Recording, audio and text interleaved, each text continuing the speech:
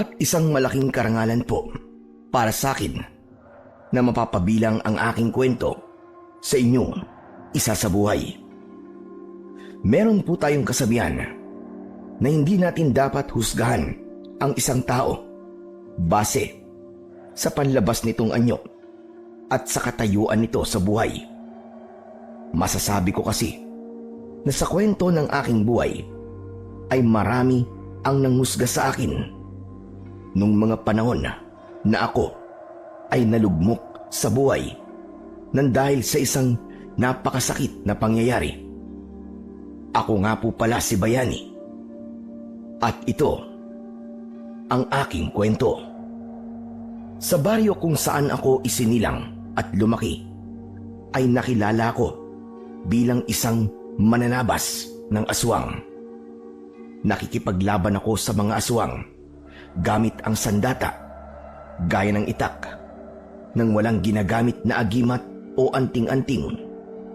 Ang kakayahan ko na yon ay natutunan ko sa aking tatay na isa ring mananabas nung siya ay nabubuhay pa. Madalas kasing salakayin ng mga aswang ang aming lugar.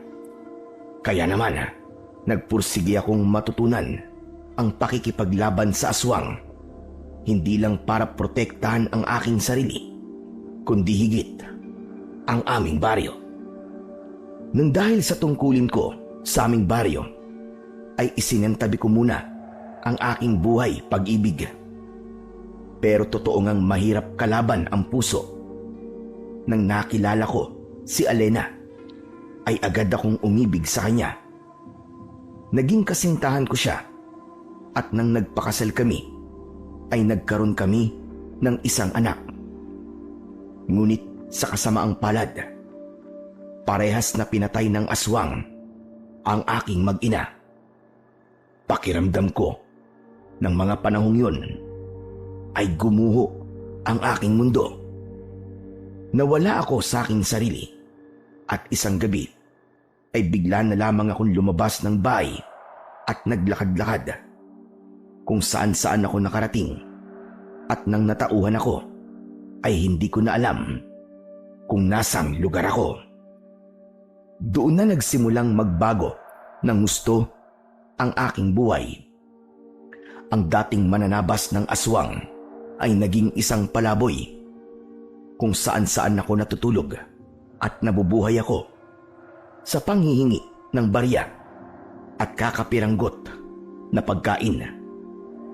Isang umaga, naglalakad ako papunta sa panaderya para bumili ng tinapay. Mula sa napaglimusan ko, may bitbit akong sako na naglalaman ng kung ano-anong bagay na nakukuha ko sa basurahan o kung saan paman. Marumi ang suot kong damit at alam kong hindi na maganda ang amoy ko. Pero wala akong pakialam dahil nasanay na akong ganun ako. Pagdating ko sa panaderya ay isang batang lalaki ang nakita kong umiiyak dahil nagpapabili siya ng isang tinapay sa kanyang nanay, pero hindi siya binibilhan. Narinig ko na sinabi ng nanay na sakto lang ang pera nila para sa tinapay na kakainin nila para sa almusal.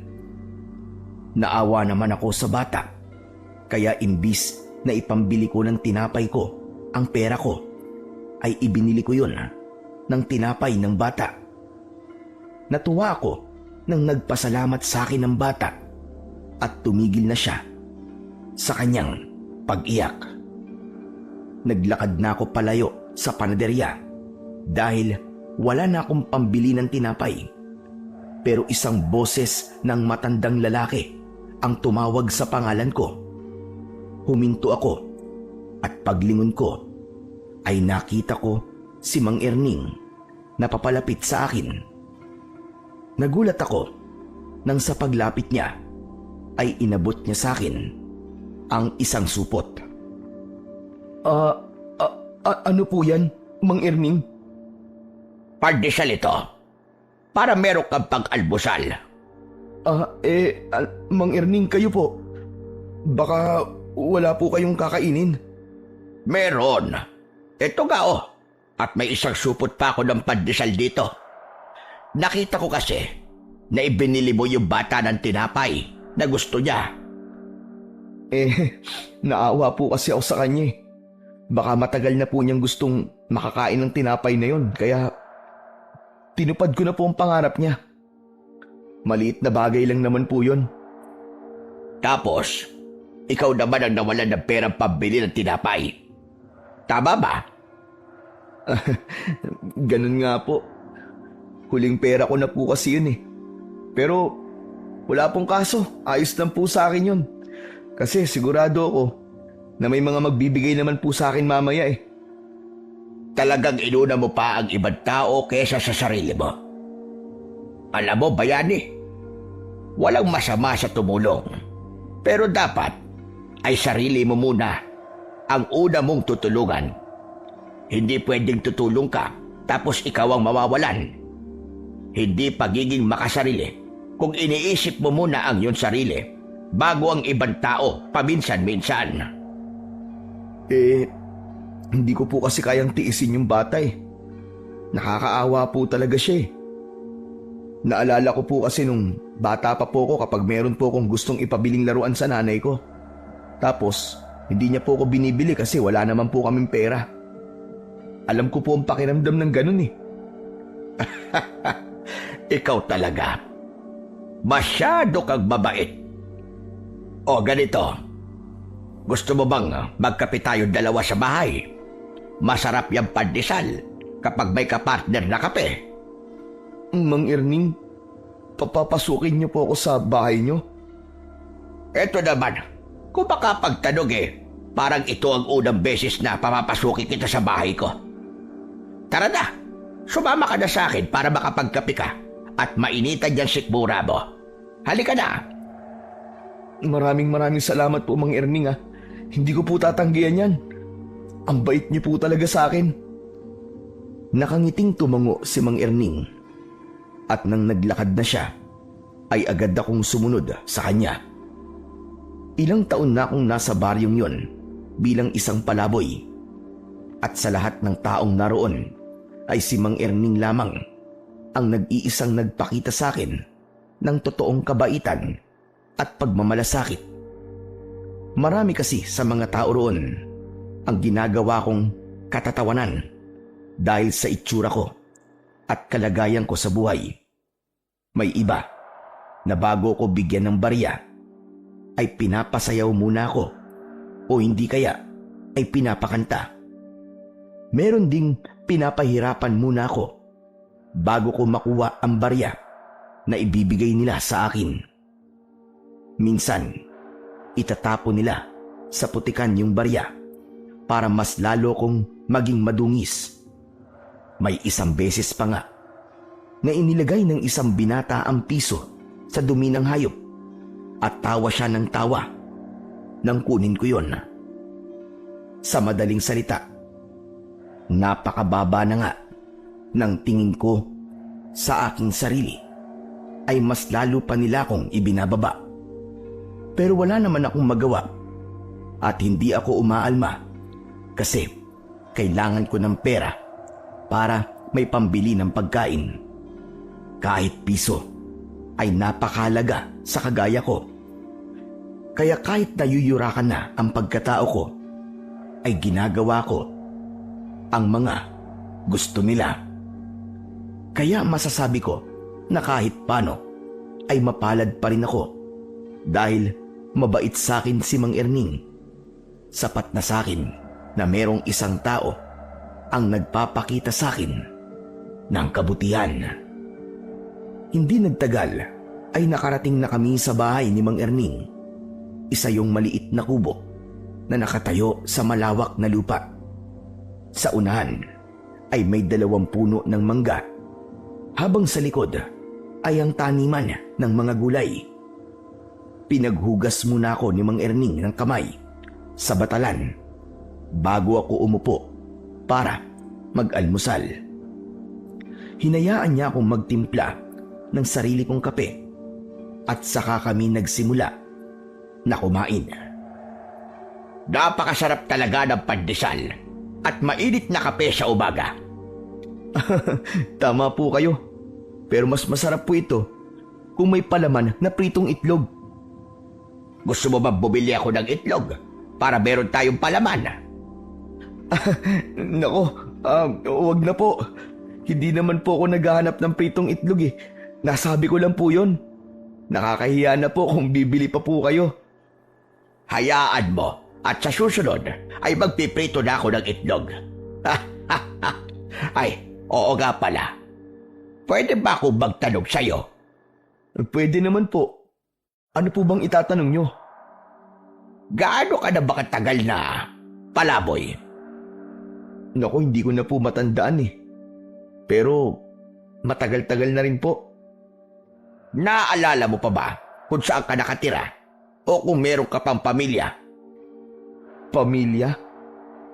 Wala na po eh. Yung tungkol naman po kung saan po ako nakatira. Hindi ko na po matandaan. Kahit nga po yung pangalan ng lugar kung saan po ako nakatira nawala na po sa utak ko. Nang umalis po ako sa lugar namin, wala po ako sa sarili. Nang bumalik po ang katinuan ko, marami na po ako nakalimutan tungkol sa sarili ko. Mabuti na nga lang po at hindi ko nakalimutan ang pangalan ko. Pabihira. Nakakaawa ka naman pala kung ganon. Mang Erning, bakit nyo nga po pala naitanong yan?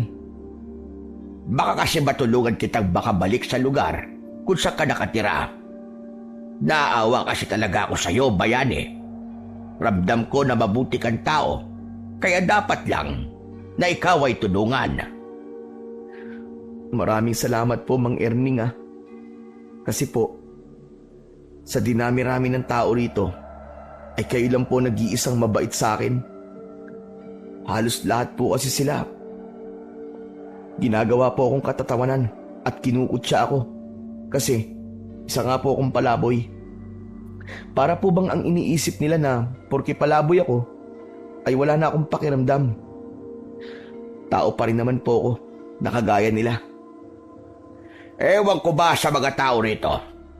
Wala na yatang maisip na mapaglilibangan. Kaya ikaw na ginawa nila libangan. Kaya bayani, ako nang humihingi ng pasensya sa mga ginagawa sa iyong hindi maganda ng mga kabaryo ko rito.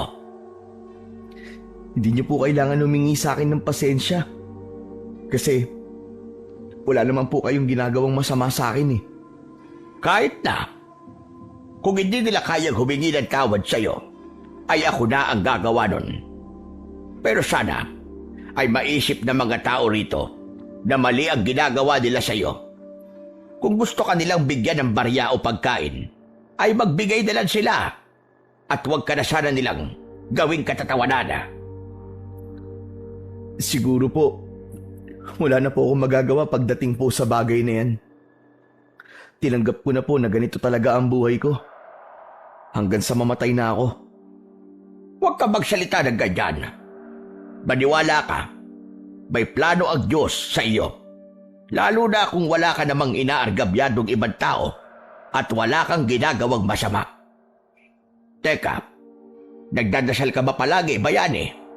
Oo naman po. Bago po ako matulog sa gabi, nagdadasal po ako. Mabuti yan. Huwag kang makakalimot sa Panginoong Diyos. Teka, matanong ko lang. Natatandaan mo pa ba ang buhay mo noon sa lugar kung saan ka nakatira? Ano po eh? Hindi na rin po eh. Ay, nako. Mahirap pala talaga ang kalagayan mo. Mukhang mahihirapan talaga tayong alamin kung saan ka nakatira. Napailing na lamang si Mang Erning sa mga nalaman niya tungkol sa akin. Habang ako naman ay isinawsaw ang pandesal sa kape, saka ko yun kinain. Hindi totoo na wala akong natatandaan sa buhay ko dati. Ang totoo, malinaw pa sa aking alaala ang maraming beses na pakikipaglaban ko sa mga aswang. Naaalala ko pa rin Ang mga gabing nagbabantay ako sa aming baryo kapag merong gumagalang aswang para masiguro ko ang kaligtasan ng lahat. Ngunit mas pinili kong wag nang sabihin yun kay Mang Erning dahil baka isipin niya na gumagawa lang ako ng kwento o hindi naman kaya ay may maluwag na tornilyo na sa aking ulo. Para sa akin, tapos na ang parting yun ng buhay ko at kailangan ko na yung kalimutan. Matapos naming mag-almusal ay nagpaalam na ako kay Mang Erning. Pero pinigilan niya akong umalis kagad dahil aniya ay meron siyang ibibigay sa akin. Isang plastik na may laman na mga damit ang inabot niya sa akin. O hayan, mga lumang damit ko ang mga yan. Hindi pa sira mga yan ha. Maayos pa ang iba dyan. Hindi ko na galang na isusuot. Kaya mas mabuting mapakinabangan mo na lang. Maraming salamat po, Mang Erning. Itong suot na damit ko na lang po kasi ang meron po ako. Hindi ba binigyan kita noon nung nakaraang buwan na bagong t-shirt? Tsaka short. Nasa na ba ngayon? Wala na po eh. Ninakaw po sa akin. Aba, sino namang nagnakaw? Hindi ko po alam eh. Natutulog po kasi ako noon tapos nasa tabi ko po yung binigay niyong bagong damit tsaka short. Tapos pagising ko po, wala na. Pinag-interesan po siguro kasi alam po na bago. Pambihirang buhay to. Ang dami talagang lokong tao rito. Alam na nga nilang walang-wala ka na. Ninakawag ka pa. Hayaan mo. At kapag pumaldo ko sa benta ng gulay, ay ibibili kita ulit ng damit sa bayan. Naku, wag na po, Mang Erning. Baka mamaya nakawin lang po ulit sa akin, sayang. Okay na po ako rito sa mga damit po na binigay nyo. Maraming salamat po. Bakit kasi hindi ka nalang tumira rito sa bahay ko? Hindi ba? Dati ko pa yan sinasabi sa'yo. Mag-isa lang naman ako rito eh. Huwag na po, Mang Erning. Mas gusto ko po na mabuhay ng walang inaasahan. Saka, sanay naman na po ako sa labas eh. At hindi ko na po kailangan ng bahay. Ay, dako. Ikaw ang bahalang bata ka. Basta, kung sakaling magbago ang isip mo, ay sabihin mo lang kagad sa akin. Bukas ang bahay ko para sa'yo. Maraming salamat po ulit sa inyo, Mang Erning. Sige po, aalis na po ako. Matapos kong magpaalam kay Mang Erning, ay lumabas na ako ng bahay niya. Habang naglalakad, ay binuksan ko ang plastik at napangiti ako dahil medyo marami ang nakalagay dong damit. Kahit luma na ang mga yon, ay malaking tulong pa rin yun sa akin, lalo na't isang damit na lang ang meron ako. Napakabait talaga ni Mang Erning. Sana ay dumami pa ang mga taong kagaya niya. Mabuti na lang at binigyan niya ako ng mga damit. Dahil nakatutok ang mga mata ko sa mga damit, ay hindi ko napansin ang taong kasalubong ko. Nagulat ako nang bumangga ako sa taong yon. Nabitiwan ko ang plastik at nanlaki ang mga mata ko nang malaman ko na si Donato ang taong nabangga ko. Si Donato ay isang binata na tanod sa baryong yon. Matangkad siya at malaki ang katawan. Brusko ang itsura niya dahil na rin siguro sa makapal niyang bigote. Takot ako sa kanya dahil may isang beses na binugbog niya ako noon. Nahulog kasi ang wallet niya habang naglalakad siya. Pinulot ko yun at sakto naman na lumingon siya. Inakala niya na ninakaw ko yun sa kanya at doon niya na ako binugbog. Simula noon ay naging mainit na ang dugo ni Donato sa akin. Talagang dumikit ka pa sa akin ha? Ang baho-baho mo! Kakaligo ko pa naman! Pasensya ka na, Donato. Hindi kasi ako tumitingin sa dinadaanan ko eh. Sa tingin mo ba, may magagawa pa yung pasensya mo? Eh dumikit na yung balat mo sa akin eh! Kadiri! Ang aga-aga! Sinisira mo ang umaga ko! Sorry na talaga, Donato. Hindi ko talaga sinasadya. Yumuko ako para kunin ang plastic. Pero bago ko pa yun makuha, ay inunahan na ako ni Donato. Tinignan niya ang laman ng plastic. Saan mo naman kinuha mga damit na ito, ha? Binigay sa akin ni Mang Erning. Mga pinaglumaang damit niya yan na hindi niya na ginagamit. Binigay ba talaga sa'yo? O baka naman ninakaw mo? Hindi ko yan ninakaw. Kahit kausapin mo pa si Mang Erning, siya makakapagsabi na binigay niya talaga sa akin yan. Hindi ako naniniwala sa'yo. Magnanakaw ka naman talaga, di ba? Hindi ko pa nakakalimutan na ninakaw mo ang wallet ko. Hindi ko ninakaw yun. Nahulog yun sa bulsa mo, Donato. Nagkataon lang na ako nasa likod mo kaya ako nakapulot. Ibabalik ko naman talaga sa iyo yun pero nag-isip ka lang kagad sa akin ng masama.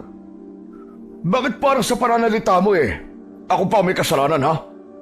Saka sa itsura mong yan, mukha ka talagang magnanakaw Hindi porke palaboy ay magnanakaw na kagad. Maraming ang nakaupo sa gobyerno na maayos ang suot pero ninanakaw ang kaban ng bayan. Ang dami mo pa sinasabi. Sumama ka na nga lang sa akin sa barangay hall. At bakit naman ako sasama sa iyo doon? Kasi nga, nagnakaw ka. Sinabi nang hindi ko ninakaw ang mga yan Bigay sa akin yan ni Mang Erning. Hindi ako naniniwala sa iyo. Ang dapat sa iyo, ikinukulong. Bayani, Donato, sandali lang. Ano ba nangyayari rito? Para akong nakakita ng anghel nang biglang dumating si Mang Erning. Tumayo siya sa tabi ko at sa kanya kinausap si Donato. Ano na naman ba ito, Donato? Bakit pinagtitripan mo na naman yata si Bayani? Yan palaboy kasi yan Nagnakaw. At ano naman ang ninakaw niya? Ito mga damit. Hindi yan ninakaw ni Bayani. Ako ang nagbigay niyan sa kanya. Akin ang mga yan. Marahas na inagaw ni Mang Erning ang plastic kay Donato at sa kanya yon ibinalik sa akin. Ikaw, sa susunod na, Donato, magtatanong ka muna. Hindi yung inaakusahan mo kagad yung tao nang hindi maganda. Saka nabalitaan mo na nagnakaw ito si Bayani para masabi mo na magnanakaw siya. Yun lang naman po ang ikinakabuhay ng mga palaboy na kagaya niya, di ba? Ang magnakaw. Saka bakit mo palagi ipinagtatanggol yan? Abogado ka ba niya? Dahil mali ang ginagawa mo. Alam kong mainit ang dugo mo kay Bayani.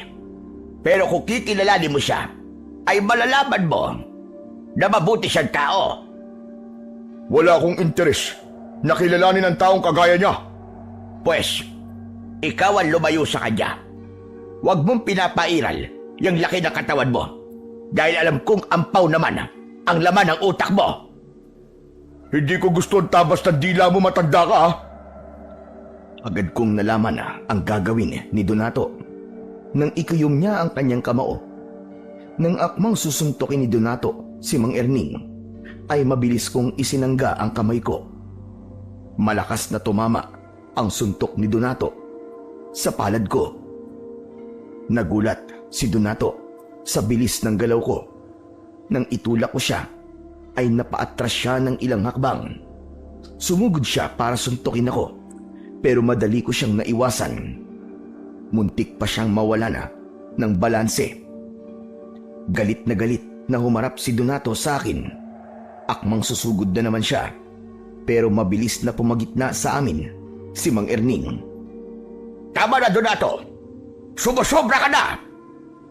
Akala niyo ba ay kaya niyo ako? Kahit pagtulungan niyo pa akong dalawa, ay wala kayong panama sa akin! Ayos lang nasaktan mo ko. Pero kung pati si Mang Erning na matanda na, ipapatulan mo, ibang usapan na yon. Wala akong pakialam, kahit matanda pa yan.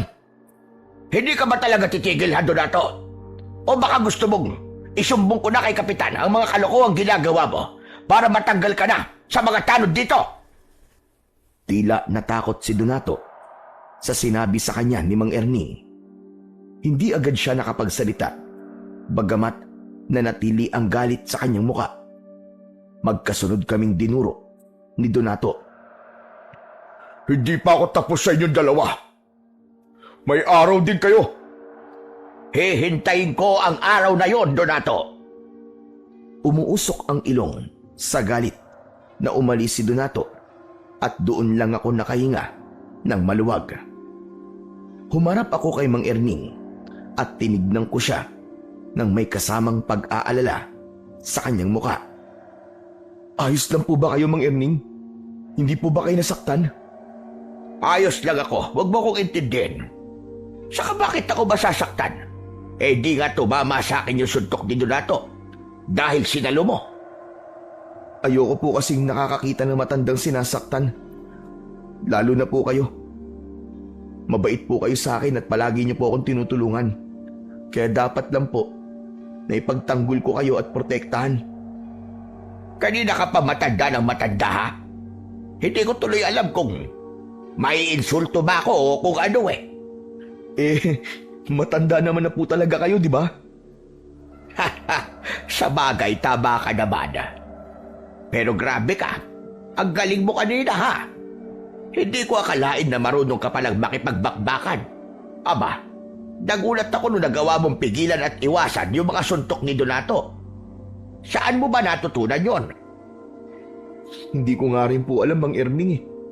Para bang kusa na lang pong kumilos ang katawan ko. Siguro po sa kagustuhan kong hindi kayo masaktan. Kaya ako po yung nagawa. May mga ganyang pangyayari talaga ako, minsan. Halimbawa na lang, hinahabol ka ng aso, tapos bigla mo magagawang talunin yung mataas na bakod.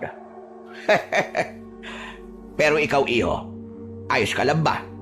Hindi ka ba nasaktan? Hindi po, Mang Erning. Hindi naman din po ako tinamaan ng suntok ni Donato eh. Mabuti naman. Basta, ikaw na lang ang umiwas kay Donato. At kilala mo yon. Masyadong mahangin ang isang yon. At akala mo ay kung sino siga rito porque malaki ang kanyang katawan. Ganyan naman po talaga ang ginagawa ko eh. Kaya lang, madalas po ay si Donato ang lumalapit sa akin. Kahit na anong iwas po ang gawin ko sa kanya, lumalapit pa rin siya para sabihan ako ng masasakit na salita. Ewan ko ba sa taong yon?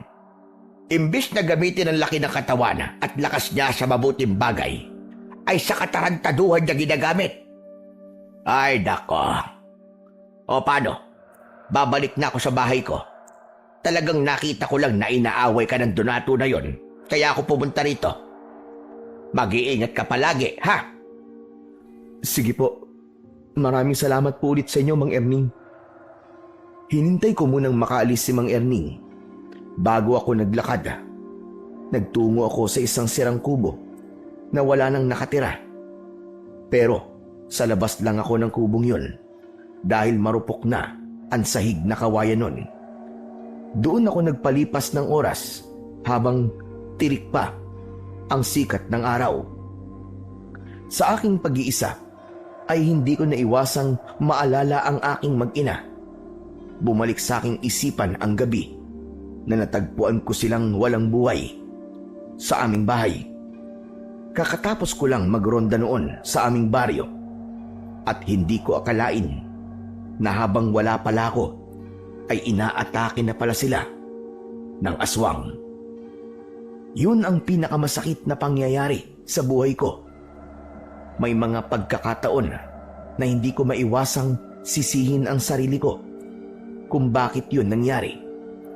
Nang gabing yun kasi ay naglalambing sa akin ang asawa ko. Sinabi niya na wag na akong umalis para makapagpahinga naman ako. Pero hindi ako nakinig sa kanya.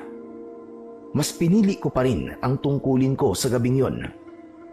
Alam ko na kung sinunod ko lang sana ang asawa ko, malamang ay kasama ko pa rin sila ng aming anak. Kinagabihan, gaya ng aking nakasanayan, ay pumwesto ko sa isang puno na nasa likod ng sirang kubo. Naglatag ako ron ng lumang karton.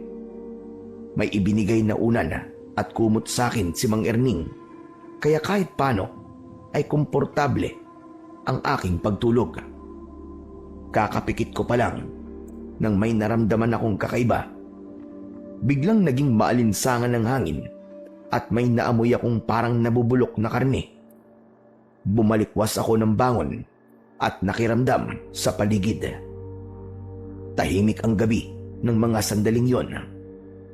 Wala akong naririnig kundi ang huni ng mga kuliglig at ang manakanakang pagtahol ng mga aso sa malayo. Muli akong nahiga. Inisip ko na nagkamali lang ako ng pakiramdam. Sa tagal ko na kasing nakikipaglaban noon sa mga aswang, ay malakas ang pakiramdam ko kapag may aswang sa paligid o sa malapit. At ang mga naramdaman ko ng sandaling yon ay isang malinaw na senyales na merong aswang sa kung saan. Ngunit inisip ko na nagkamali lang ako dahil sa tagal ko sa baryong yun, kahit isang aswang ay wala pa akong nakikita. Hindi yun gaya sa baryo namin na halos isang beses sa isang linggo ay merong aswang na umaatake. Nang sumunod na araw, pagkagising ko ay iniligpit ko ang aking hinihigaan. Itinago ko sa sirang kubo ang mga gamit ko. Binilang ko ang mga barya na napalimusan ko nung nakaraang araw. Napangiti ako dahil sapat yun para makabili ako ng ilang piraso ng tinapay. Habang naglalakad ako papunta sa panaderya, ay napansin ko na maraming tao sa harapan ng isang bahay. Isang ambulansya ang naroon at may isinakay doon na taong nakahiga sa stretcher. Nakita ko si Mang Erning sa kumpul ng mga taong nakikiusyoso, kaya lumapit ako sa kanya para magtanong. Mang Erning, ano po nangyari? Patay po ba yung isinakay sa ambulansya? Oo, bayani. Si Celia. Ha? Ano po nangyari sa kanya? Ang sabi ng anak niya ay isang manananggal daw ang umatake sa kanila kagabi. Pinuntirya si Celia kasi nga buntis siya. Nakakaawa nga kasi pati walang kabalay-balay na sanggol ay nadamay. Manananggal? Isang aswang? Ganun na nga, bayani. Teka, bakit parang hindi ka rin makapaniwala? Sa bagay, kahit ako ay hindi makapaniwala na merong sasalakay na manananggal dito. Sa tagal ko na naninirahan dito sa baryong ito, gayon lang ito nangyari. Natigilan ako sa narinig ko. Doon ko napagtanto na hindi ako nagkamali sa naramdaman ko kagabi na merong aswang. Bigla akong nakaramdam ng pagsisisi dahil kung pinakinggan ko lang sana ang naramdaman ko kagabi, ay baka nagawa kong iligtas si Celia at ang magiging anak niya. Ganun pa man, sinabi ko sa sarili ko na matagal ko nang tinalikuran ang pagiging mananabas, kaya wala nang dahilan pa para balikan ko pa ang dati kong ginagawa. Pinilit kong kumbinsihin ang sarili ko na wag na akong makialam sa problema ng baryong yon sa manananggal dahil mas gusto ko na ang tahimik na buhay. Buong araw na pinag-usapan sa buong baryo ang nangyari kay Celia at ang pagsalakay ng manananggal. Marami ang natakot habang meron din namang iba na hindi naniwala. Sa mga sumunod na araw ay may ilang nagsabi na nakita nila ang manananggal. Doon na ako kinabahan dahil may kutob ako na kung walang kikilos ay paniguradong merong susunod na magiging biktima ang manananggal. Pero alam ko na walang maglalakas ng loob para labanan ang manananggal dahil walang kahit isang tao roon na may kakayahan na makipaglaban sa ganung uri ng nilalang. Tanging ako lang ang may eksperyensya pagdating sa ganung bagay. Kaya kahit ayoko nang balikan ang ginagawa ko noon, ay nagdesisyon akong labanan na ang manananggal bago pa siya muling may mabiktima. Ayokong magsisi dahil wala akong ginawa kahit meron naman akong kakayahang tumulong. Kaya isang hapon ay kumuha ako ng kawayan. Gamit ang patalim ay matyaga kong nilagyan ng patulis ang dulo ng kawayan. Habang ginagawa ko yon sa likod ng sirang kubo, ay bigla namang dumating si Mang Erning. Meron siyang dalang plastic container na halatang pagkain ang laman. Mang Erning, nakakagulat naman po kayo. Kayo lang po pala. Akala ko po kung sino na eh. Nagluto kasi ako ng ginataang langka. Dinalhan kita para hindi ka na mamroblema sa hapunan mo. May kanin na rin itong kasama. Naku, maraming salamat po. Nag-abala pa po kayo.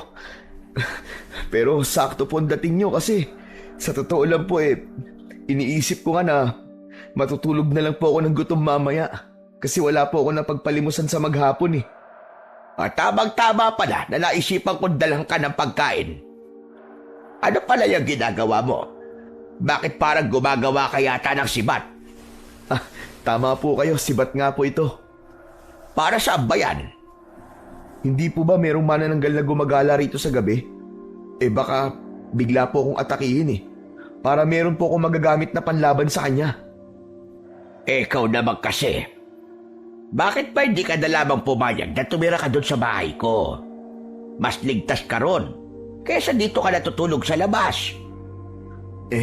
Huwag na po, Mang Erning. Sanay naman na po ako sa ganitong buhay. Huwag po kayo mag-alala kasi kaya ko naman po ang sarili ko. Ay nako, ikaw ang bahala. Pero grabe talaga yung ginawa ng manananggal na yun kay Celia. Hanggang ngayon, ay di ko pa rin makalimutan yung bangkay ni Celia. At kung minsan ay napapanaginipan ko pa nga, nagtataka talaga ako kung bakit biglang nagkaroon ng ganong nilalang dito sa atin. Minsan po kasi ay naghahanap talaga ang mga aswang ng ganitong liblib na lugar para sa lakayin nila. Mas gusto po nilang maggasik sa mga ganong lugar kasi malayo po sa kabiasnan. Madali silang makakapambiktima kasi ang mga bahay dito ay hindi konkreto. Sa bagay, may punto yung sinabi mo. Pero sandali, bakit parang ang dami mo yatang alam sa aswang? Teka, baka naman aswang ka at hindi ka lamang nagsasabi. Di kung aswang po ako. Sana nung dumating po ako rito ay nagsimula ng pagkamatay ng mga tao rito nang dahil sa aswang. Saka kung aswang po ako, matagal na pong patay si Donato kasi siyang kauna-unahan ko pong magiging biktima. Tama ka. Pero nagbibiro lang ako. Huwag mo seryosohin yun. Pero bayani, bakit nga parang ang dami mong alam tungkol sa aswang? Parang sigurado ka sa mga sinasabi mo eh. Ano lang po yun? Base lang po sa mga narinig ko nun sa sinasabi po ng mga matatanda sa lugar namin. Malaki po kasi ang paniniwala ng mga tao ron sa mga aswang-aswang po. Kaya kung tutusin, ay hindi na bago sa akin yung nangyayari ngayon dito. Kaya naman pala. Pero kung ako ang tatanungin, doon pa man, ay naniniwala na rin ako sa mga ganong nilalang. Doon kasi sa probinsya, kung saan ako ipinanganak at lumaki, ay madalas din ako makarinig ng kwento tungkol sa mga aswang-aswang na yan. Pero kung itatanong mo, kung nakakita na ako ng aswang sa personal, ay hindi pa. Ikaw ba? Nakakita ka na ba ng totoong aswang? Hindi pa po. Sa kwento-kwento ko lang din po nalaman ang tungkol sa kanila. Saka, kapag madilim na po, hindi na po ako pinapalabas nun kasi nga, ang palagi nilang sinasabi ay kukunin o papatayin daw ako ng aswang. Nako, napapahaba na pala ang kwentuhan natin dalawa. O siya, sige, ako'y uuwi na at baka maabutan pa ako ng dilim sa daan. Mahirap na. Baka ako pa ang sunod na mapatay ng pesting manananggal na yon. O sige na, bayani. Sige po. Mag-iingat po kayo, Mang Erning. Salamat po dito sa dala nyo. Walang anuman. Pero ikaw ang dapat na mag-ingat.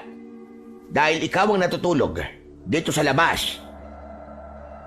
Kaya ko po ang sarili ko, Mang Erning. Sigurado ka ba na ayaw mo sa bahay ko muna tumuloy? Kahit habang hindi pa tayo sigurado. Kung hindi nasasalakay yung manananggal. Ayos na po ako dito. Huwag po kayo mag-alala sa akin. O siya, ikaw ang bahala. Pero kung sakaling atakihin ka ng manananggal, ay tumakbo ka kagad sa bahay ko O sige na, aalis na ako. Ngumiti ako kay Mang Erning bago siya umalis. Nang wala na siya, ay ipinagpatuloy ko ang aking ginagawa. Sa tingin ko naman, ay hindi nakahalata si Mang Erning na malawak ang kaalaman ko sa mga aswang at may kasanayan ako sa pakikipaglaban sa ganung uri ng nilalang. Pero may naramdaman pa rin akong konting sundot ng konsensya dahil kinailangan kong magsinungaling kay Mang Erning. Pagsapit ng gabi ay hindi muna ako natulog. Nakaupo lang ako sa ilalim ng puno habang mahigpit kong hawak ang kawayan na ginawa kong sibat. Nakikiramdam ako sa paligid para kung sakaling dumating ang manananggal ay agad kong malalaman. Wala na akong pagdadalawang isip kung dapat ko bang labanan ng aswang. Buo na ang loob ko na paslangin ang nilalang na yon para hindi na siya makapangbiktima pa. Maya-maya ay naging maalinsangan ang paligid. May narinig akong huni ng ibon sa malayo na sinabayan ng tunog ng pagaspas ng pakpak. Hindi nagtagal ay nawala ang ingay na yon. Pero ramdam kong malapit lang sa kinaroroonan ko ang aswang na manananggal. Napapitlag ako nang may pumatak na malagkit na likido sa braso ko. Marahan akong tumingala at nanlaki ang mga mata ko nang malaman kong nakadapo sa itaas ng puno ang manananggal. Malakas ang paghinga niya at nanlilisik ang kanyang mga mata habang nakatingin sa akin. Ang pumatak na likido sa braso ko ay malinaw na laway ng manananggal. Hindi ako nagpakita ng takot. Pakiramdam ko ay hindi ako matagal na hindi nakipaglaban sa mga ganong klase ng nilalang. Mabilis na nabuhay ang dugong mananabas ng aswang sa aking ugat. Tumayo ako at mahigpit kong hinawakan ang aking sibat. Diablong buang ka!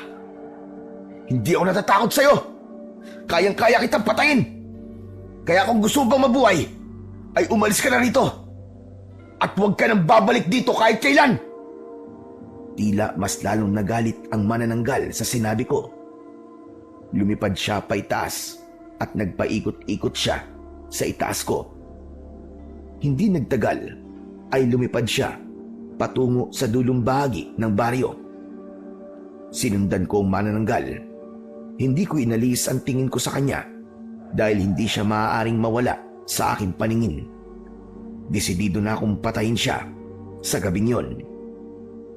Pagdating ko sa masukal na bahagi ng baryo, ay hindi ko maintindihan kung bakit biglang nawala ang manananggal. Tumingin ako sa paligid, pero hindi ko alam kung saan siya nagpunta. Anak ng teteng, sa kaya nagpunta ang manananggal na yun. Pero nararamdaman ko pa rin siya, kaya sigurado ako nasa paligid lang siya.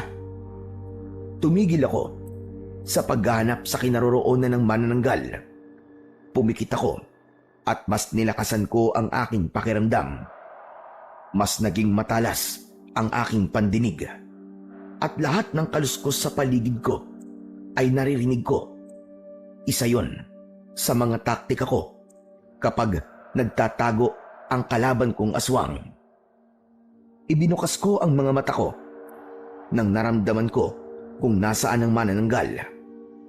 Agad akong pumaling sa kaliwa at malakas kong pinakawalan ang dala kong sibat. Hindi ako nagkamali dahil mula sa direksyon na yon ay pasugod na sa akin ang manananggal. Bumaon ng sibat sa dibdib ng manananggal. Bumagsak siya sa lupa at para siyang bolang nagpagulong-gulong. Hindi ko na siya binigyan ng pagkakataon na makalipad ulit. Tumakbo ko papunta sa kanya at hinugot ko ang sibat at buong lakas ko yung itinarak sa gitna ng kanyang noo. Umawang ang bibig ng manananggal at nanlaki ang kanyang mga mata.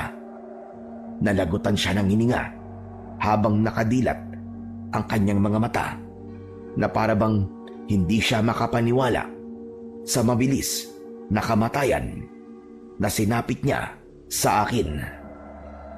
Anak ka ng teteng! Ang dali mo namang patayin! Hindi man lang ako pinagpawisan sa'yo! Dapat lang yan sa mga kagaya mo para hindi ka na makapambiktima pa ng mga taong walang kalaban-laban. Nang masiguro kong patay na ang manananggal, ay umalis na ako para bumalik sa aking tinutulugan. Masaya ako dahil wala nang susunod na magiging biktima ang manananggal. Sigurado ko na bukas ng umaga, sa sandaling matagpuan ng mga tao ang walang buhay na katawan ng manananggal, ay labis silang matutuwa. Naging mahimbing ang tulog ko ng gabing yon dahil alam kong ligtas ng muli ang aming baryo. Pagsapit ng umaga, ay hindi ko inasahan na gigisingin ako ni Mang Erning. Malakas niyang niyugyug ang katawan ko. Bayani! Bayani, gumising ka! Bayani! Mang Erning, bakit po ba? Ang aga niyo naman pong mang-abala na natutulog. Inaantok pa po ako eh. Umamin ka nga sa akin. Ikaw ba ang pumatay sa manananggal? Ho? Ano po? Patay na po yung manananggal? Huwag ka na magmamaang-maangang pa. May hinala ako na ikaw ang pumatay sa manananggal na yon. Natagpuan ang katawan niya sa kasukalan at may nakatusok na sibat na gawa sa kawayan sa noo niya. Eh di magandang balita po yan. Kung patay na po pala yung manananggal, ibig sabihin, wala na po siya magiging susunod na biktima. Bakit hindi mo sinasagot ang tanong ko sa'yo? Eh ano po ba yung tinatanong nyo? Pasensya na po, kagigising ko lang eh. Medyo hindi pa po ako makapag-isip ng maayos. Uulitin ko. Ikaw ba ang pumatay sa manananggal?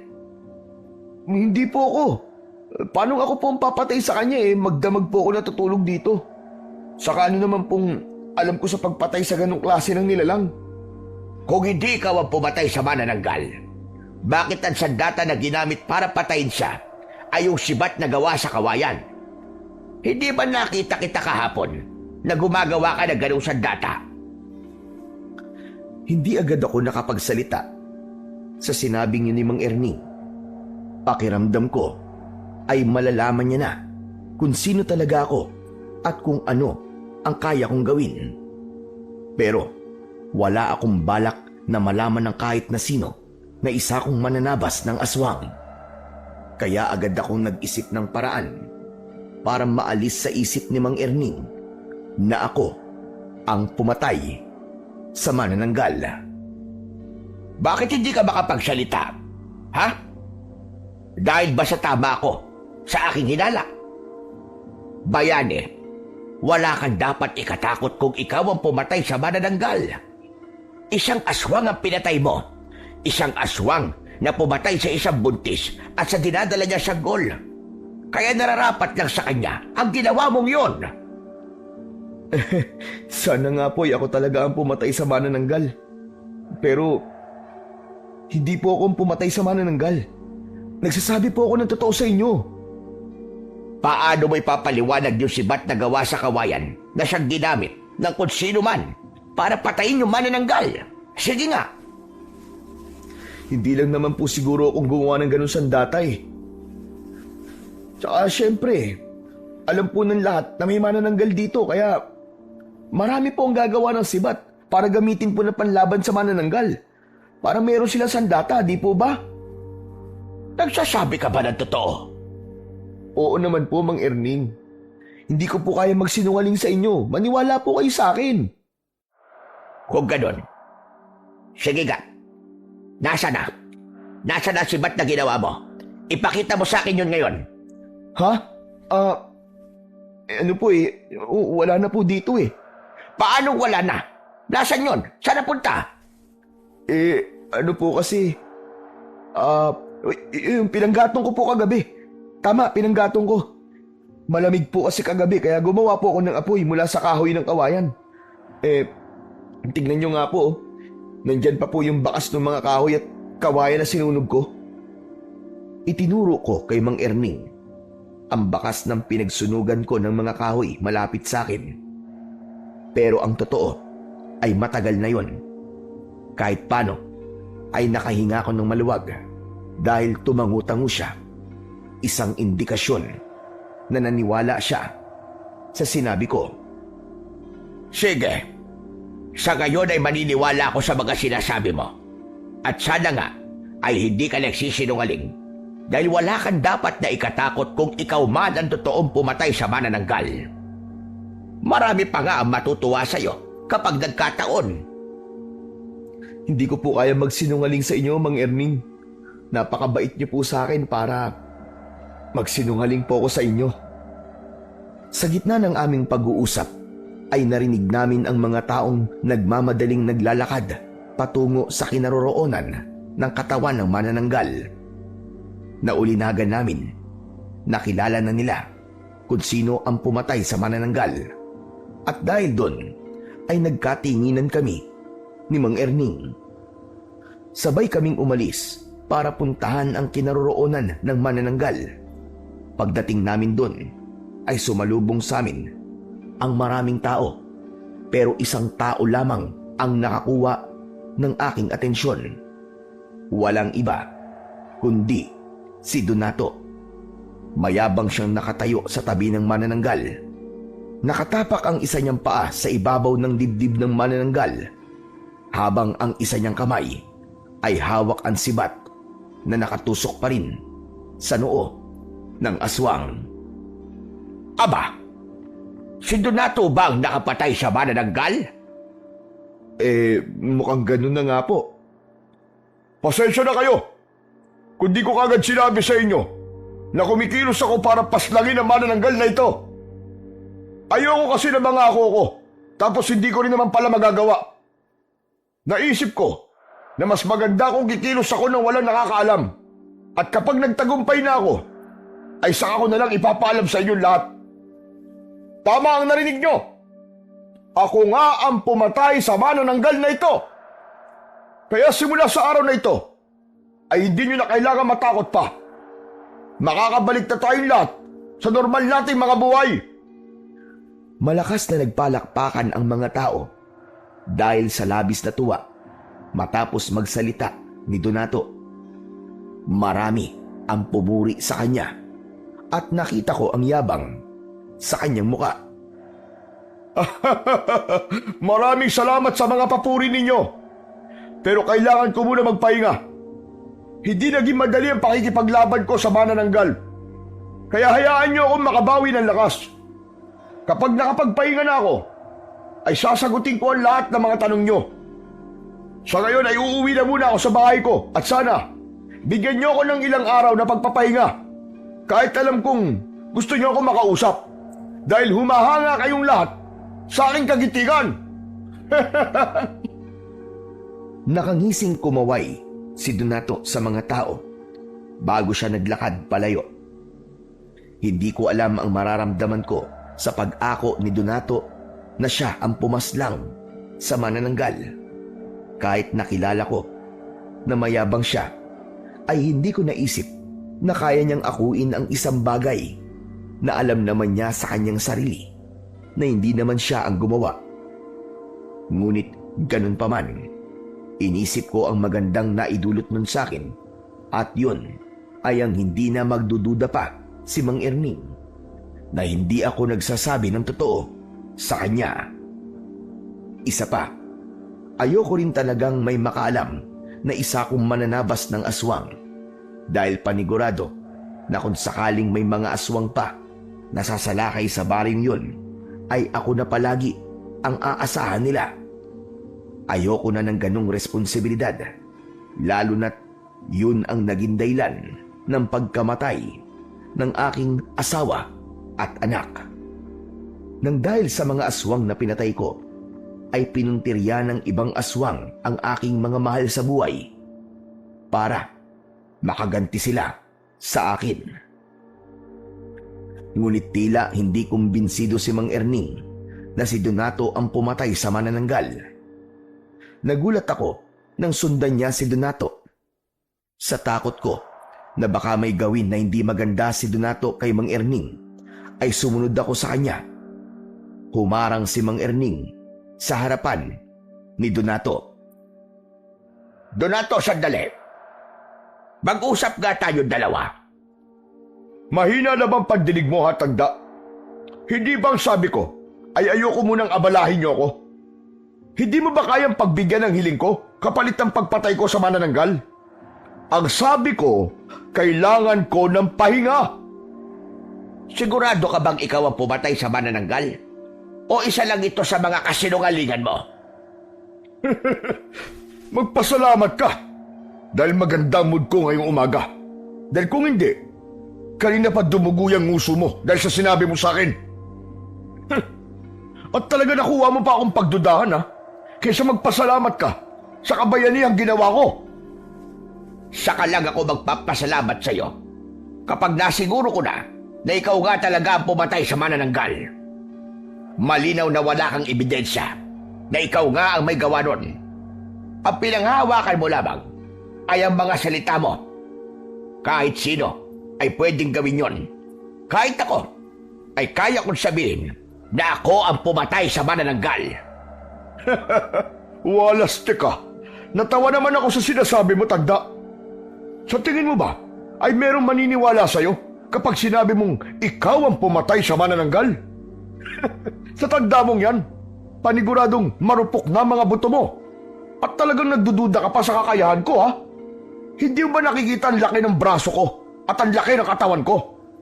Kaya nga ngayon, ay pwede kitang ibalibag dyan sa kinatatayuan mo.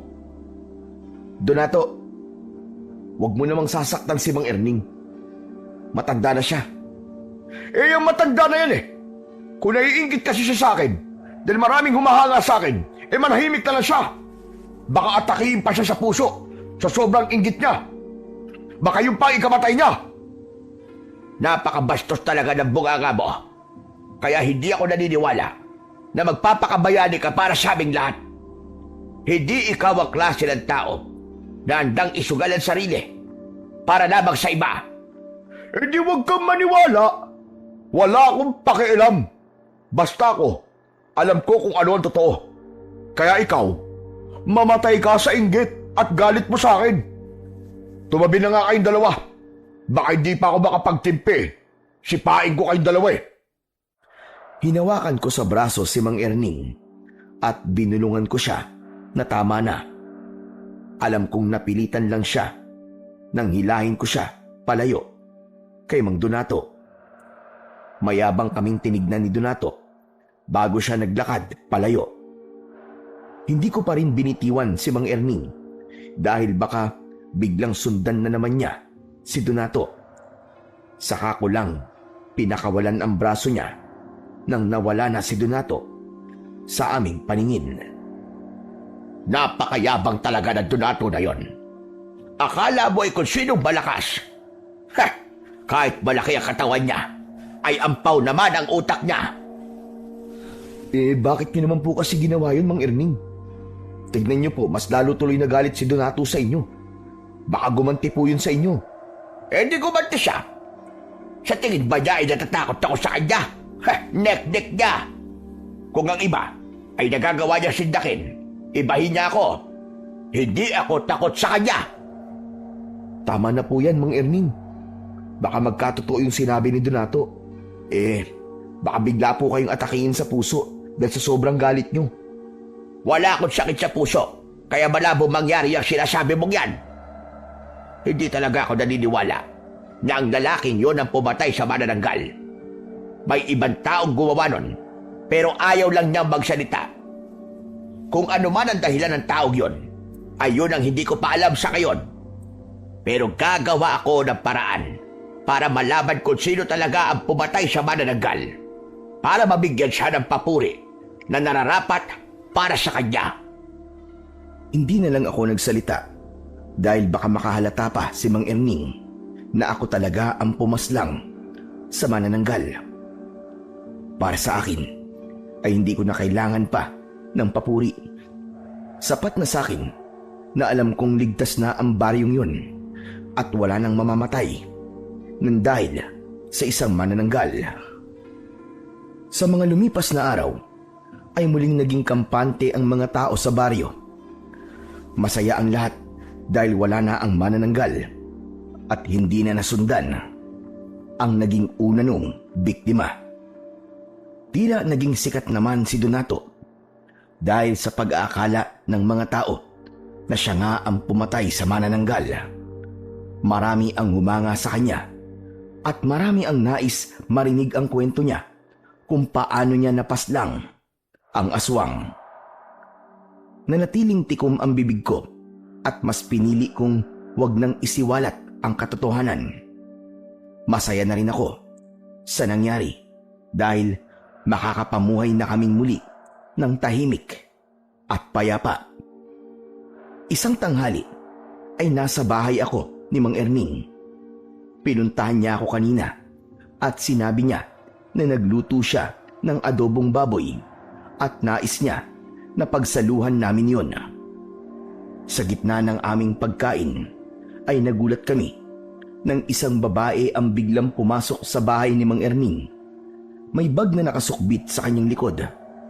Nagliwanag ang mukha ng babae nang nakita niya si Mang Erning. Lumapit siya kay Mang Erning at mahigpit niyang niyakap ang matanda. Lolo! Lolo, namiss ko po kayo! Olivia, anong ginagawa mo rito? Ginulat mo naman ako sa pagdating mo. Siyempre, binibisita ko po kayo. Nag-resign na po ako sa trabaho. Kaya naisipan ko pong dalawin kayo habang nagpapahinga po ako. Baka isipin nyo na nakalimutan ka na namin. Nasorpresa naman ako sa pagdating mo, iha. Maraming salamat, apo. Oo nga pala. Bayani, ito si Olivia. Apo ko ito na nakatira sa Maynila. Olivia, apo. Siya naman si Bayani. Mabait yan. Kaibigan ko yan dito. Hello Bayani. Oh, bakit nakatulala ka dyan? Alam ko na. Nagandaan ka sa akin, no? Okay lang yan. Sanay na ako na kapag may lalaking nakakita sa akin, ay natutulala sila. Uy, joke lang yun ha. Hindi ako makapagsalita habang nakatitig kay Olivia. Tama naman kasi ang sinabi niya. Natulala ako sa ganda niya. Hindi ko inakala na may ganong kagandang apo si Mang Erning. Bigla tuloy akong nahiya dahil ang dumi at ang baho ko. O siya, kumain ka na pala muna. Saluhan mo na kami ni Bayani. Sige po, nagugutom na po talaga ako eh. Hindi po ako kumain bago ako pumunta rito kasi alam ko po na masarap ang ulam nyo. At tama nga ako kasi adobong baboy ang ulam nyo. Favorite ko po yan, lalo na kung kayo po nagluto. Mang Erning, aalis na po pala ako. Oh, bakit naman? Hindi ka pa nga tapos kumain eh. Tapusin mo muna yung pagkain mo bago ka umalis. Busog na po ako eh. Saka, para magkaroon po kayo ng oras na makapag-usap po kayo ng apo nyo. Nahihiya ka ba sa amin? Huwag kang mahiya, ano ka ba? Saka, wala namang kaming pag-uusapan ni Lolo na hindi dapat marinig ng ibang tao. Okay lang yan. Tapusin mo na yung pagkain mo. Sige. Hindi na muna ako umalis. Nakayuko ako habang kumakain dahil talagang nakaramdam ako ng hiya nang dumating si Olivia. Nakinig na lang ako sa kumustahan ni na Olivia at Mang Erning. Nang matapos na kaming kumain ay nagpaalam na ako. Bumalik ako sa aking pinagpapahingaan at doon ay inilabas ko ang isang matamis na ngiti. Naglalaro kasi sa utak ko ang magandang muka ni Olivia. Aminado ko na may naramdaman akong pagkagusto sa kanya kahit unang beses ko pa lamang siya na nakita. Simula nang dumating si Olivia sa baryo, ay palagi kong sinisiguro na kahit paano ay maayos ang aking itsura sa tuwing nagpupunta ako sa bahay ni Mang Erning.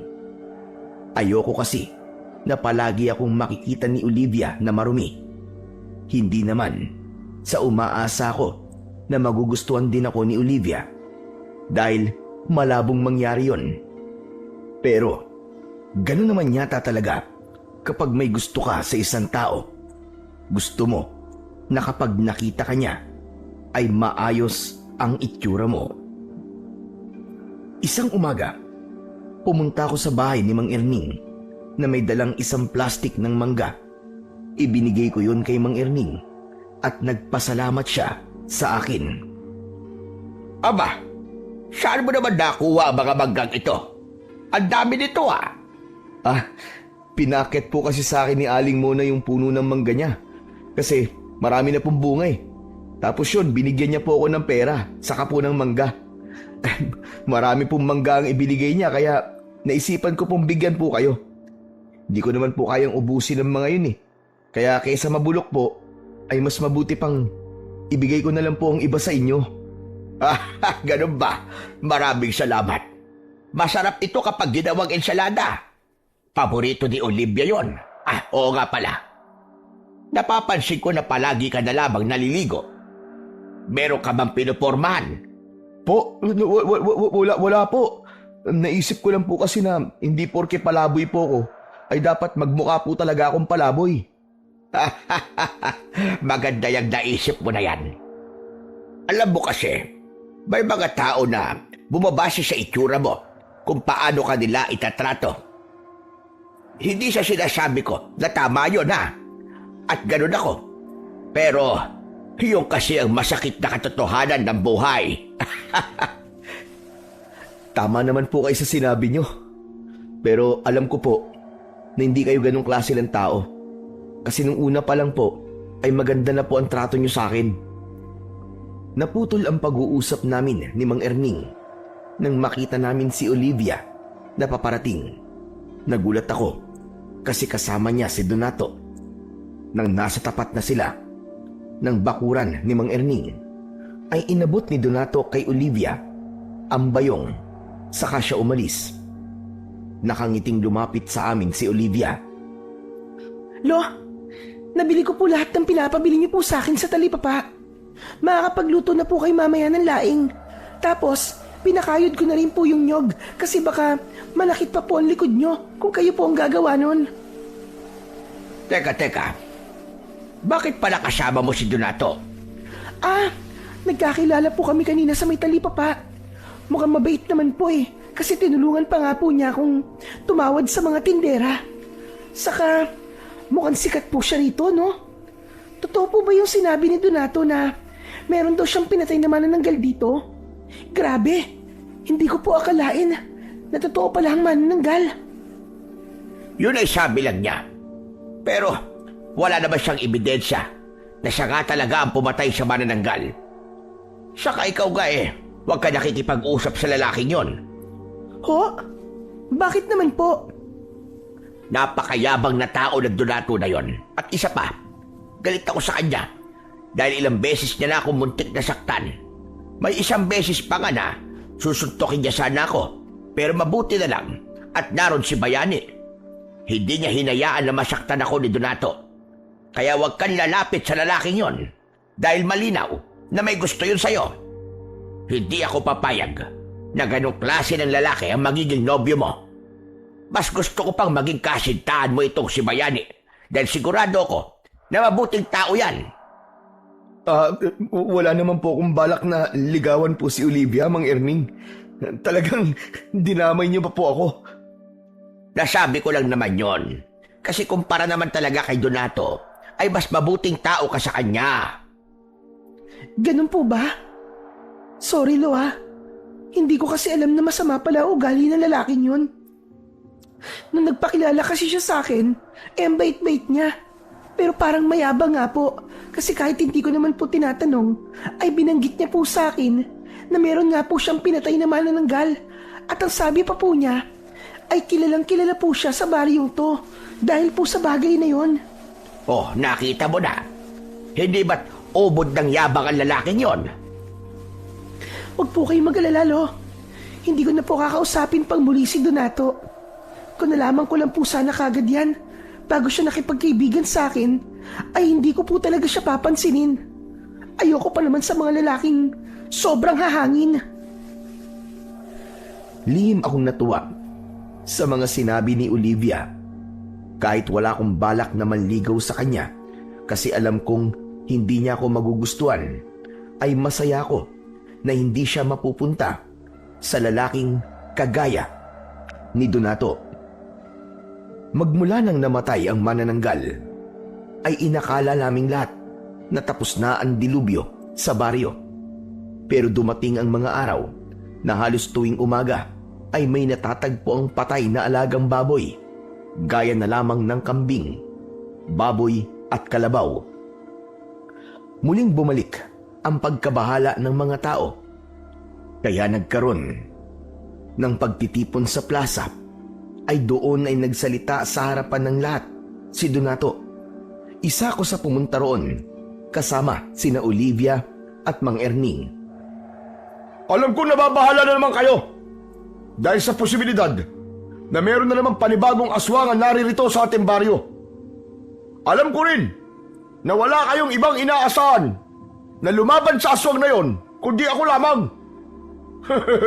Huwag kayong mag-alala dahil gaya ng ginawa kong pagpatay sa manananggal ay gagawin ko ang lahat para patayin ang aswang na dahilan ng pagkamatay ng mga alaga niyong hayop.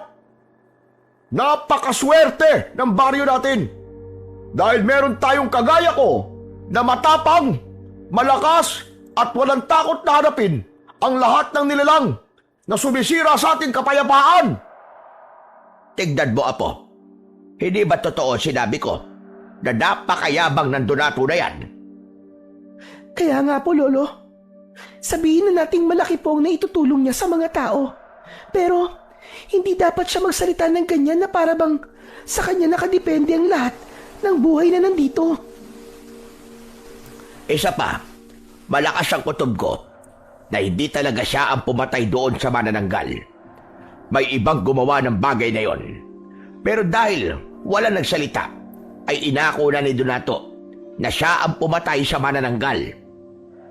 Pero kung hindi po si Donato ang pumatay sa manananggal, sino naman po kaya? Si Bayani. Hindi po akong pumatay sa manananggal. Ang ibig ko sabihin ay baka meron kang hinala kung sino ang totoong pumatay sa manananggal. Hindi ko naman sinabi na ikaw ang gumawa nun. Wala po akong maisip eh.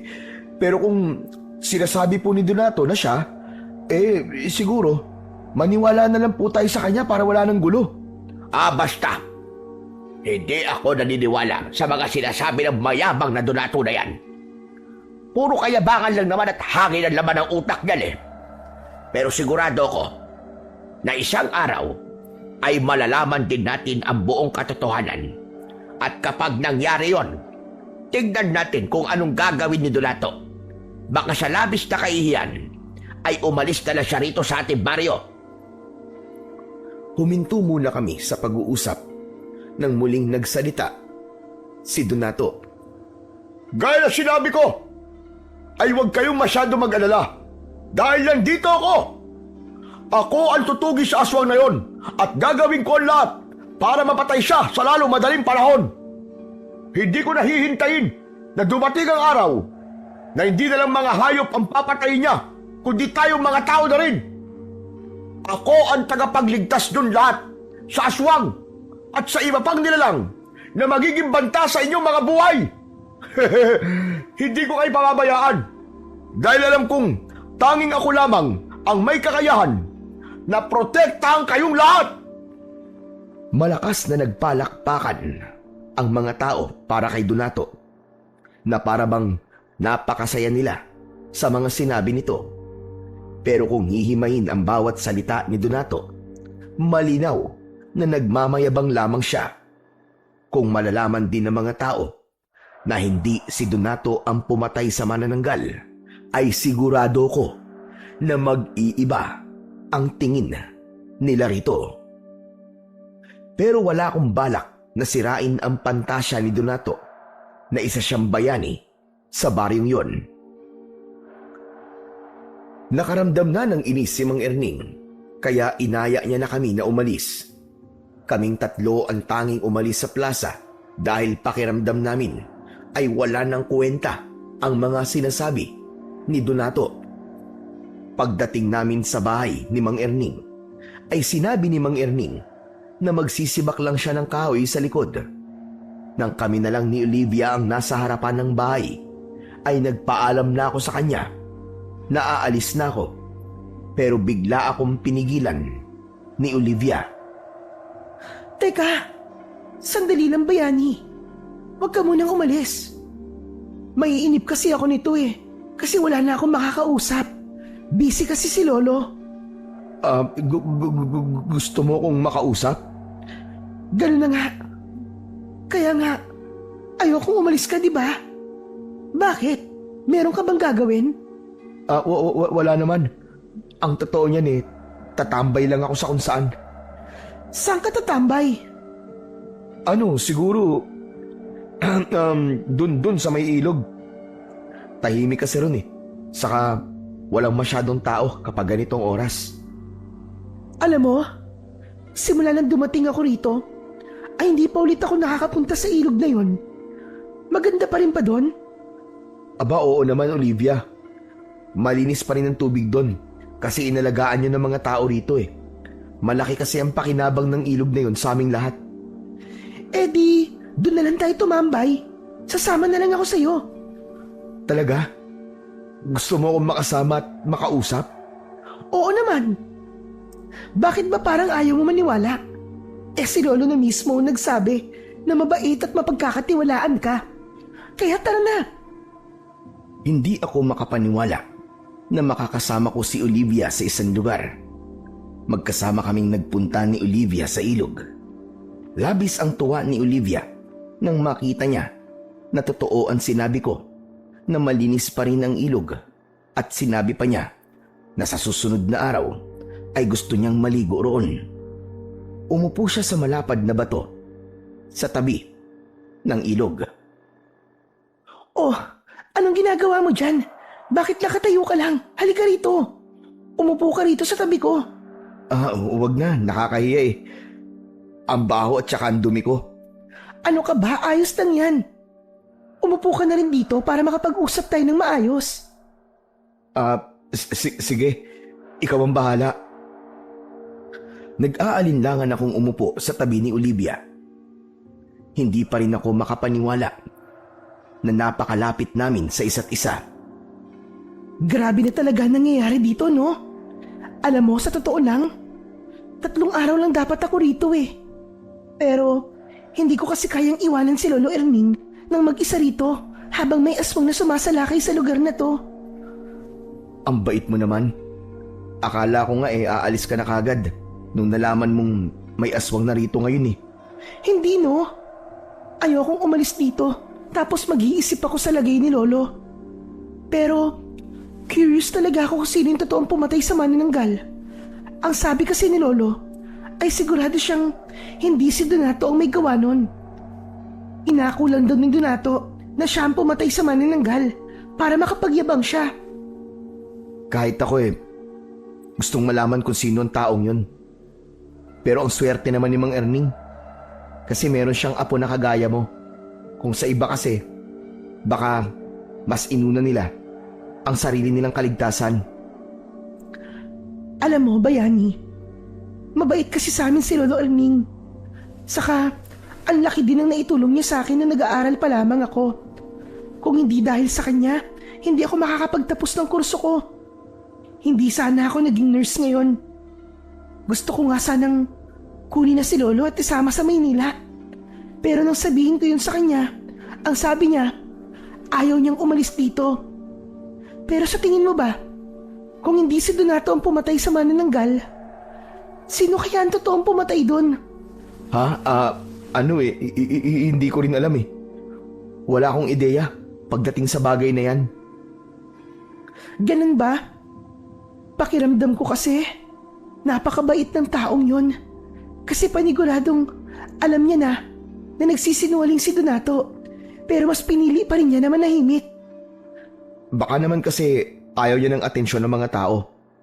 At okay na sa kanya na alam niyang ligtas ang mga tao rito. May point naman ang sinabi mo. Pero sandali nga, kung makapagsalita ka, parang alam na alam mo yung nararamdaman ng totoong pumatay sa manananggal ah. Ha? Hindi naman sa ganun. Iniisip ko kasi na kung ako yung taong yun, ay ganun na magiging rason ko kung bakit ayoko malaman ng mga tao na ako ang pumatay dun sa manananggal. Sa gitna ng pag-uusap namin ni Olivia, ay nagulat kami nang biglang dumating si Donato. Mahigpit na hinawakan ni Donato ang braso ko at hinila niya ako patayo. Sa bilis ng pangyayari ay hindi ko nagawang iwasan ang pagdapo ng kamao ni Donato sa aking muka. Napaupo ako sa lupa at agad akong nilapitan ni Olivia. Aatakihin sana ulit ako ni Donato, kaya agad na sumigaw si Olivia. Ano bang ginagawa mo? Bakit sinasaktan mo si Bayani? Ginugulo ka ba ng palaboy na yan, ha? May ginagawa ba siyang masama sa'yo? Wala siyang ginagawang masama sa akin. Ganyan ka ba talaga ha? Bigla ka na lamang nananakit? Pinoprotektahan lang kita, Olivia. Kilala ko kasi ang palaboy na yan eh. At alam kong masama ang ugali niyan.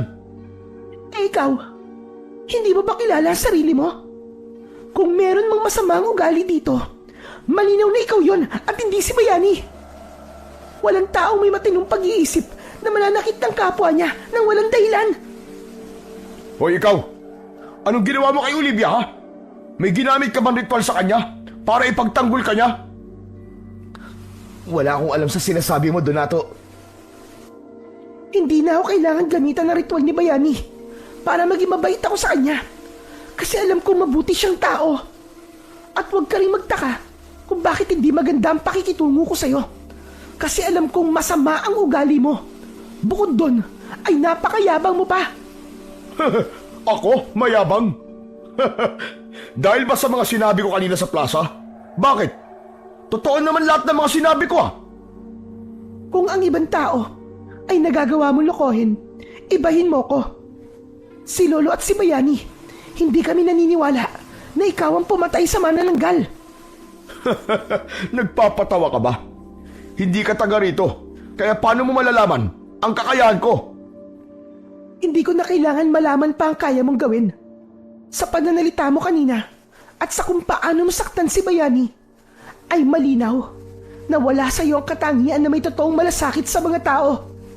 Kaya sana, lumitaw na kung sino talaga yung totoong pumatay sa manananggal para mapahiya ka. Alam mo, maganda ka sana eh. Ang totoo nga eh, may gusto ko sa'yo. Pero hindi ko gusto ang basta dila mo. Salamat sa papuri mo. Pero ganito talaga ako magsalita eh. Kapag masama ang ugali ng isang tao, masama rin ang pakikitungo ko sa kanya. Kaya huwag ka na magtaka kung bakit ganito ako magsalita sa'yo. Alam mo, kung ano ang dalawang bagay na gusto kong mangyari sa'yo, ha? Yung lumitaw na yung taong totoong pumatay sa manananggal, o hindi kaya, ay umatake yung aswang. Tapos, makikita ng mga tao na hindi mo siya kayang patayin. Para sila mismo makaalam na hindi mo kayang pumatay ng aswang at puro kayabangan lang ang nandyan sa utak mo. Pinakiramdaman ko si Donato dahil baka bigla siyang magalit at saktan niya si Olivia. Tumiim ang bagang ni Donato na para bang pinipigilan niyang sumabog ang galit niya. Hindi nagtagal ay tumalikod na siya at nagmamadaling naglakad palayo. Marahan akong tumayo at nang humarap sa akin si Olivia ay bumakas ang pag-aalala sa mukha niya. Pumutok ang labi mo. May dugo ka. Teka, may dala akong first aid kit. Umuwi muna tayo para magamot ko yung sugat mo. Sa dumi ng kamay ng Donato na yon, hindi malabong maimpeksyon yan kapag hindi nalinisan. Huwag na Olivia, ayos lang ako. Pero dapat hindi mo na sinabihan ng ganun si Donato. Baka kasi ikaw naman ang pag-initan niya ngayon. Hindi ako natatakot sa kanya, no? Saka, maganda na rin na paminsan-minsan ay sinasampal ng katotohanan ng ganong klase ng tao. Tara na. Sumama ka na sa akin sa bahay at gagamutin ko yung sugat mo. Huwag ka nang tumanggi, ha? Dahil ako magagalit sa'yo. Sige ka. Wala na akong nagawa, kundi ang sumunod kay Olivia. Pagdating namin sa bahay nila, ay nagulat si Mang Erning nang makita ang dugo sa aking bibig. Si Olivia na ang nagkwento kay Mang Erning ng lahat. Kaya galit na naman siya kay Donato. Ayok talaga, Donato na yan. Wala talaga magawang maganda. Bakit ka ba niya sinuntok? Inakala po kasi niya na may ginagawa po ako masama kay Olivia. Kahit ang totoo ay nag-uusap lang naman po kami. Gusto yata mag-feeling superhero ni Donato, Lolo. Akala niya yata ay may impress ako sa mga paandar niya. Kaya nang supalpalin ko siya, ay wala na siyang nagawa, kundi ang umalis. Tama lang ang ginawa mo, Apo. Dapat talaga ay palaging sinusupalpal ang Donato na yan. Para malaman niya na hindi lahat ay takot sa kanya.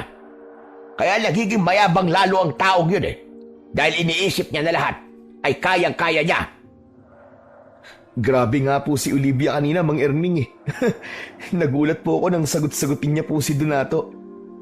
Ngayon ay alam ko na po na sa inyo nagmana si Olivia. Bata pa lang kasi si Olivia, ay tinuruan ko na siyang maging matapang at ipaglaban kung ano ang tama. Kaya hindi na ako nagtaka nang sagot-sagutin niya si Donato. Teka. Tama na muna yung kwentuhan natin. Kukunin ko lang yung panlinis ko ng sugat para malinisan ko na yung mga sugat mo, Bayani. Pumasok si Olivia sa maliit na kwarto at nang balikan niya kami ay may dala na siyang maliit na bag. Sinimulan niya na ang pag-aalis ng dugo sa bibig ko bago niya nilinisan at nilagyan ng gamot ang aking sugat. Habang ginagawa yun ni Olivia, ay tila wala ako sa aking sariling nakatitig lamang sa kanya. Hindi ko akalain na sa likod ng ganda niya ay may tapang din siyang itinatago. Mas lalo tuloy akong humanga sa kanya dahil bihira sa isang babae ang kayang gawin ang ginawa niya kanina. Nang sumunod na araw, ay ginulantang kaming lahat ng isang bangkay ng lalaki ang natagpuan sa kasukalan. Kalunos-lunos ang itsura niya dahil puno ng malalalim na sugat ang buong katawan niya. Malinaw na ang naging sanhi ng kamatayan niya ay ang napakalaking kagat niya sa leeg.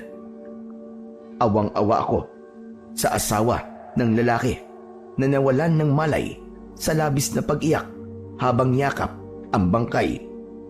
Nang sandaling yon ay nasa tabi ko sina Olivia at Mang Erning. Maya-maya pa ay dumating ang mayabang na si Donato at lumapit siya sa bangkay ng lalaki. Umiling-iling siya at bumakas ang lungkot sa kanyang muka. Pero dahil kilala ko si Donato, ay alam kong peke ang emosyon niyang yon. Dumating na ang kinatatakutan ko mangyari. Hindi na lang hayop ang pinapatay ng aswang, kundi maging tao na rin. Base sa mga sugat na nakita ko kay Mang Arnold, ay malinaw na aswang ang pumatay sa kanya. Patawarin niyo ako kung hanggang ngayon ay hindi ko pa rin nagagawang paslangin ng aswang. Pero huwag kayong mag-alala. Dahil gabi-gabi, magroronda ako para tugisin ang aswang. Nangangako ko sa inyong lahat na hindi magtatagal ay papatayin ko rin ang aswang na yon, gaya ng ginawa ko sa manananggal. Marami ang lumapit kay Donato, lalo na yung mga matatanda. Marami ang nagpasalamat sa kanya at kung hawakan siya ng mga tao ay para siyang isang santo. Si Donato naman ay panay ang sabi sa mga tao na siya ang bahala sa aswang. Napakahusay talaga magsinungaling nito si Donato. Tingnan nyo, at paniwalang paniwala ang mga tao na siya nga ang papatay doon sa aswang. Hayaan niyo siya, Lo. Hindi ba? Merong kasabihan na walang sikreto ang hindi nabubunyag. Tama ka, Apo. Hindi magtatagal ay malalaman din ng lahat ang kasinungalingan ni Donato. At sana, kapag nangyari yon, ay mabigyan ng papuri at parangal ang totoong pumatay sa manananggal. Tahimik kong pinakinggan ang pag-uusap ni na Olivia at Mang Erning. Mas pinili kong wag nang magsalita dahil baka makahalata sila na ako ang totoong tinutukoy niya. Pero gaya ng lahat, ay kinakabahan din ako. Agad akong nag-isip ng paraan kung paano ko magagawang patayin yung aswang para wala na siyang maging biktima ulit. Pagsapit ng gabi, inihanda ko ang sarili ko sa posibilidad na pagsalakay ng aswang. Naglakad-lakad ako sa baryo habang dala ang kawayan na ginawa kong sibat. Siniguro ko na walang makakakita sa akin, kaya sa madidilim na bahagi ako ng gubat dumaan. Alam ko na malaki ang posibilidad na kung sakaling mapaslang ko ang aswang ay aakuin yung muli ni Donato. Pero wala akong pakialam kung ganun ulit ang mangyayari. Ang tanging nasa utak ko ay ang patayin ng aswang at maging ligtas ang lahat ng tao sa baryong yon. Hanggang sa napahinto ako nang may maulinagan akong mga taong nagsisigawan. Luminga ako at nakita ko ang mga taong tumatakbo. Palihim ko silang sinundan at nalaman ko na papunta sila sa bahay ni Donato. Pagdating nila roon ay kinatok nila ang pinto ng bahay ni Donato. Hindi nagtagal ay bumukas ang pinto at nakita ko na humihingi ng tulong ang mga tao kay Donato dahil sumasalakay daw ang aswang sa bahay ni Mang Erning. Teka, pasensya na kayo. Pero ilang gabi ako nagronde, kaya wala akong lakas ngayon. Kayo na lang ang bahalang magtulong-tulong na paslangin ang aswang. Babawi na lang ako sa inyo sa ibang paraan. Matapos yung sabihin ni Donato, ay agad niyang isinara ang pinto. Nang malaman kong sa bahay ni Mang Erning sumasalakay ang aswang, ay walang pagdadalawang isip na tumakbo ako papunta ron. Panay ang dasal ko na sana ay hindi pa huli ang lahat at magawa ko pang iligtas si Mang Erning at Olivia. Nang makarating ako sa bahay ni Mang Erning, ay dinig na dinig ko ang pagsigaw ni Olivia sa loob.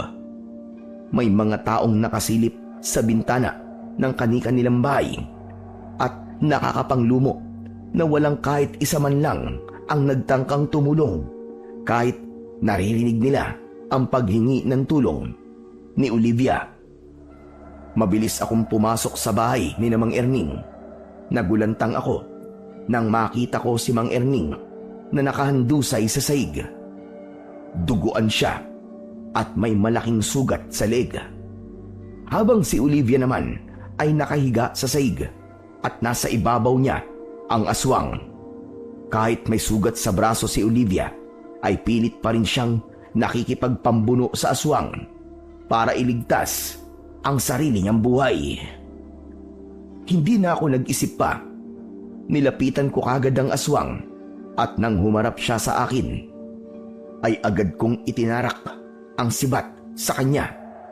Malakas na sumigaw ang aswang. Nilubayan niya si Olivia, pero ako naman ang inatake niya. Sinunggaban ako ng aswang. Napahiga ako at pumaibabaw sa akin ang aswang.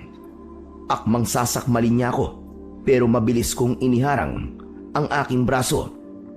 Malakas akong napasigaw nang maramdaman ko ang pagbaon ng matutulis at mahaba niyang pangil sa aking braso. Nakita ko ang itak sa saig na mukhang ginamit ni Mang Erning para labanan ang aswang. Pinilit ko yung inabot.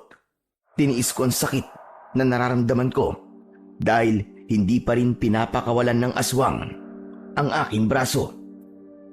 Sa wakas, nagawa kong maabot ang matalas na itak. Agad ko yung ibinaon sa tiyan ng aswang. Nang maramdaman kong nanghina ang aswang, ay malakas ko siyang itinulak.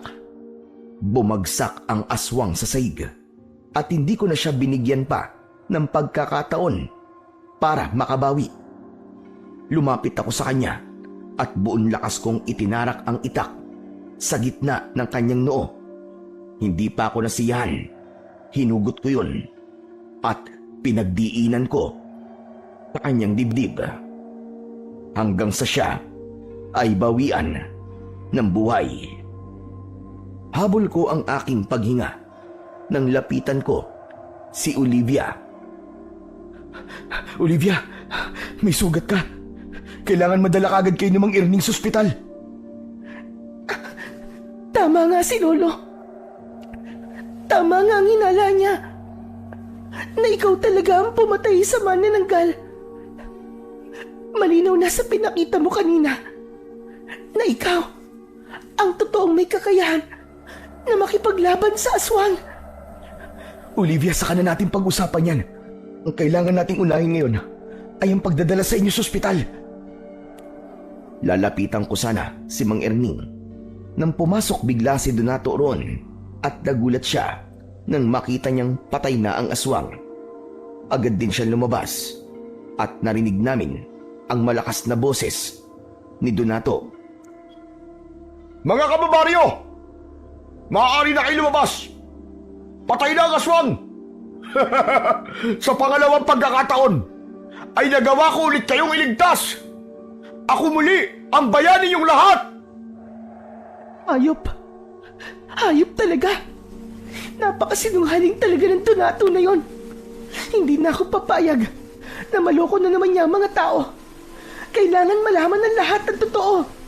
Hayaan mo na siya, Olivia. Kailangan na muna kayo madala ni Mang Erning sa ospital. Kilala ko yan si Lolo.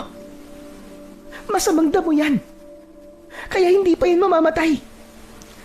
Teka, bayani. Pagbigyan mo na ako. Mabilis lang ako. Nang lumabas si Olivia, ay sinundan ko siya dahil natakot ako na baka saktan siya ni Donato kapag nagsalita siya.